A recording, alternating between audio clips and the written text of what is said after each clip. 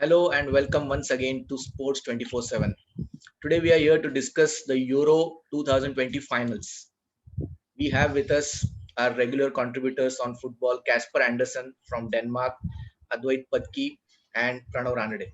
Before we go ahead and talk about the final, guys, I'd just like to mention big congratulations to Argentina and especially Lionel Messi because they have won the Copa America by defeating Brazil 1-0, and it was his long-standing ambition or target that he has to win an international trophy. So at least not World Cup yet, but they've got the Copa America. So congratulations to Argentina and Lionel Messi. Then moving on to the finals, Italy versus England. So let's look at the semi-finals first. Casper, it's really unfortunate that Denmark, have not been able to make it through. But the country and the people of Denmark, they must be immensely proud of the team, the way they have, showcased their spirit in the entire tournament so far. Yeah, in general, everything is good. People are accepting that we did a good job and so forth, and everyone's still alive in the team. So that's the number one. And yeah, it's unfortunately didn't make it through the game.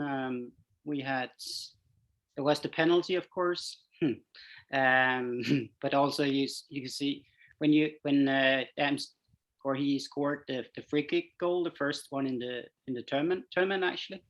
That gave some spirit, and the play was good, but we could see that the energy at the end favored the Brits, the English more, I would say. But still, it could have been either way, and the penalty, which some people may comment in one way or another, can be disputed. But also, you may have seen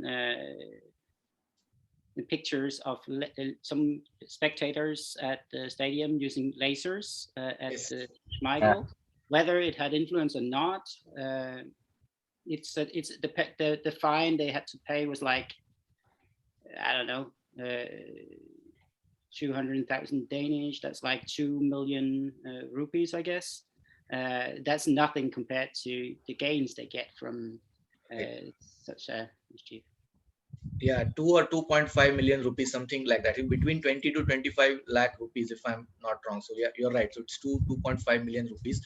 Also, Advait, discussing about the penalty which Casper was mentioning, we were talking about Raheem Sterling, and he was the one who actually created almost both the goals. Like the first one, the own goal, it was him running to the center towards the goal again, pass from Harry Kane, and then also on the penalty, he was the one who got the penalty. So, how do you see it? Firstly, about the penalty, and secondly, Raheem Sterling's performance, because there were lots of memes and people were making fun of him before the tournament. Yeah, so penalty, like he Casper pointed about the lasers. I think just before the cross came in, there were two balls on field, so ideally the referee should have sort of stopped the play. That was also one point of contention which a lot of people had raised. But uh, like it was a foul. There's no doubt that like there was minimal contact, but if that thing had taken place outside the box, probably the ref would have just allowed the play to go on, and he would not have sort of stopped and given a free kick at that time. So Raheem Sterling knew that he's going to draw contact, and he started going down even before the actual contact happened. So I mean, it's a dicey decision. By rule, it was a penalty, but it's too soft to be given in that kind of a game.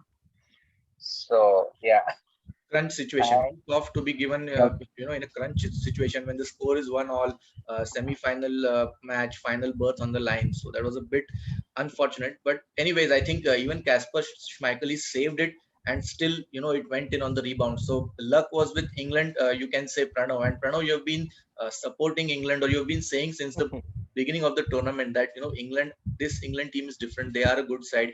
Even in the World Cup 3 years back, they reached the semi-final, even though the draw was slightly easier, but still they made it. And how do you see their performance in the semi-final and also in the final going forward? Well, Abhishek, let me make it clear first of all. I'm not supporting England. Just that it's my instinct which says England would have a long run before, even much before the Euro started. But yes, they have been playing really well, and uh, they also have the advantage of almost playing every game at their home turf, except the Ukraine game, which they won 4-0, I guess. Yes. They have been a brilliant team.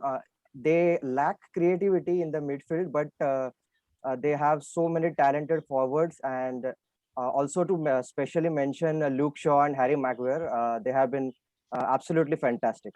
So I think Denmark, yes, they played well and they pushed England to the limit. But had the penalty not been given, still England would eventually have won that match. Right, right. So you're saying that England was anyways dominating the ball, and probably they would have scored even though the penalty was not given. And you mentioned Harry Maguire and Luke Shaw, so it's obvious that you're a supporter of Manchester United. That's why you mentioned those two players specifically. But you're right, Luke Shaw especially has been influential. So looking at the second semi-final which happened, and Italy won that game, Italy versus Spain. Otherwise, the first half was interesting because we were all expecting Italy to dominate, but Spain somehow they didn't, let Italy get the ball. They had maximum possession, and they really made, especially Chiellini and Bonucci, they were stretched a little bit. Yeah, and especially after the lineups were announced, they didn't start with a forward. They had all three attacking players, but not an out and out forward. So Right. it was an interesting 11 that Luis Enrique put out. But yeah, I think Italians were just too experienced for the Spanish team, is what I felt like. The goal that they scored, it was clinical. They took the chance that they got. And the keeper, like we mentioned this last time as well, he's been in some crazy form. It's gone under the radar, but he probably has been the best keeper throughout the tournament. Casper, Italy versus Spain, you were saying in one of the earlier discussions which we had that Italy have that driving strength or the thrust through the middle, and that at the end of the day, usually the team which has that uh, ends up on the winning side most of the time. So, do you see going forward in the final, Italy making a difference over there in the midfield? Yeah, well, Italy also has demonstrated with Spain. They had some immensely power when it came to breaking through. Sorry, you are not audible, Casper. Can you speak a little bit louder, please? Oh yeah, yeah. Can you hear me now? Yeah, yeah, go on. So, like in semi-finals, Italy really showed the strength in that department, and they're going to definitely test the English defense on that, and it will be difficult for the English defense to keep that under control. We saw the Danes were able to do it on several times, also playing through. Um, However, England can do that to some extent too with Kane, who when he goes deep, and then he splits the defense and then creates opening in the middle, right?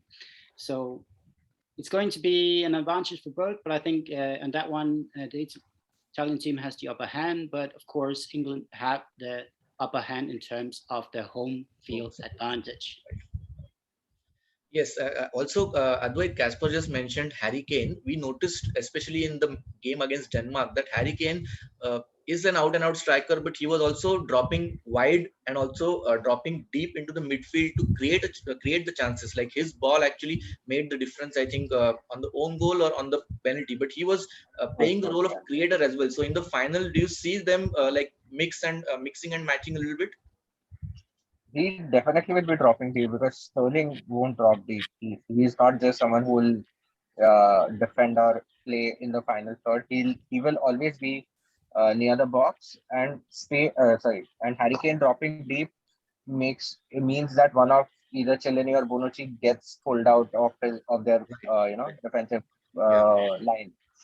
So that's their best chance. Even the first goal, like you said, it was his through ball to Saka, which Yes. he put it in the box and it was a own goal. Yes. Right. So he does that for Spurs as well.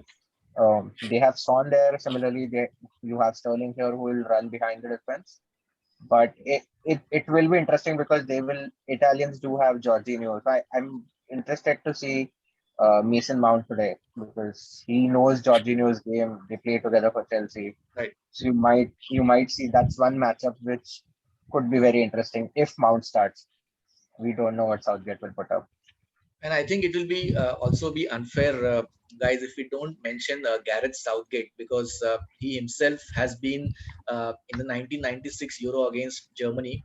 He was the one. I was watching that penalty shootout as well. First five penalties were scored by both the teams, and uh, Germany scored the sixth one. And Gareth Southgate was the one who actually, can't say missed the penalty, but his penalty was saved. And to carry that baggage and then come into the managerial role and to drive a young team forward. If you see England, their average age is also quite low, like 25 or 26. So Advait, Pranav, do you guys like think he deserves, because we are not giving him enough credit? Do you think he deserves all the credit? Absolutely. I read somewhere that Southgate is the only English manager in last 50 years to take his team to two consecutive semi-finals at least. And yes, as you mentioned, he has completed a full circle, having missed the penalty and later winning the game against Germany on the same ground 2.5 decades later. So yes, his tactics have been bizarre, to be quite honest, and nobody can predict his starting 11s. But yes, we have to give the credit where it's due. So credit to him, and we have to check whether it's coming home or it's going to Rome. All right. So quickly now, I'm just going around. Casper, any key players for Italy or England, and your prediction for the match? Well, the best team wins. That's the key player. So that's it. And the prediction is going to be an even, Stephen. So no idea. Absolutely no idea. But I think Italy has some strength, but England have the home field. Scoreline. You have to predict a scoreline. That's the rule we have. Okay, 2-2. 2-2 and then penalties. Okay, so we can't predict the penalty shootout because, as Advait says, it is a bit of a lottery. Advait, key players for both teams and your predictions. Barella for Italy. He definitely will trouble the English defense. And for England, like I said, it's Harry Kane. If he has a good day, then I don't think anybody can stop them. My predictions, though, are going to be 1-1 in full time and Italians in the penalty shootout just because of the keeper. Just because of their keeper, right? Because that's a huge factor. Jordan Pickford is also a good goalkeeper, but I think everybody will agree that Donnarumma is, a little bit ahead of Pickford at this stage. Pranav, key players and your prediction. Abhishek, to me, all 22 players are key players. I won't take a single name or two names. And my prediction is England is going to win 1-0 in 90 minutes time. So Casper says 2-2, Advait says 1-1. So both Casper and Advait are expecting penalties. Pranav is saying 1-0. We just hope, and I'm sure you'll agree with me, that the referee is not the key player in this game. And after the game, we are talking about the match and the players and not the referee or the crowd or other external factors. So we are hoping for a good, fair contest. Not too many yellow cards or no red cards. A special mention over here to Denmark because they've lost in the semi-final, but I think they've won hearts in this tournament. And going forward, they do have a really good squad, I think, which will be, for the World Cup, which is happening next year. I think they have really good players, and Damsgaard especially. I don't know if I'm saying his name correctly, Casper, so you can correct me if I'm wrong. But they have a good squad going forward, and so we are expecting them to again make it for the next World Cup and go deep. And as for the final, as Casper said, the best team wins.